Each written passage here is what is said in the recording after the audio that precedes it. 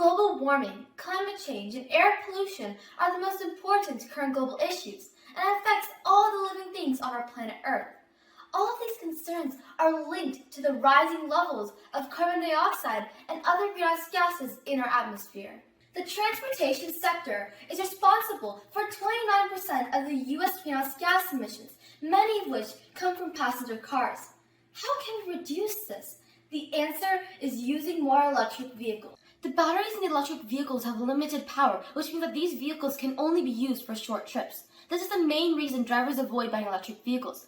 There is a need to generate more clean power while driving that allows electric vehicles to drive more distance without charging it again.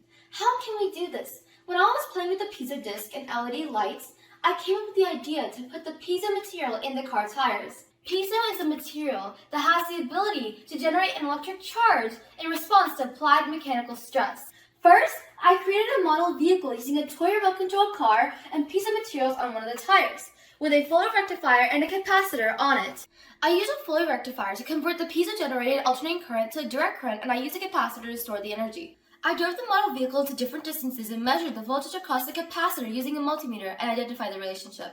I calculated the energy stored in the capacitor and prorated to an actual electric vehicle. I did this by using piezo area and applied stress ratio. I derived that an actual electric vehicle with piezo materials on all four wheels that travels 1 mile with 5 mph speed will generate 0.0693 kilowatt-hour piezo electric power. This power is enough to travel an additional 0.2 miles.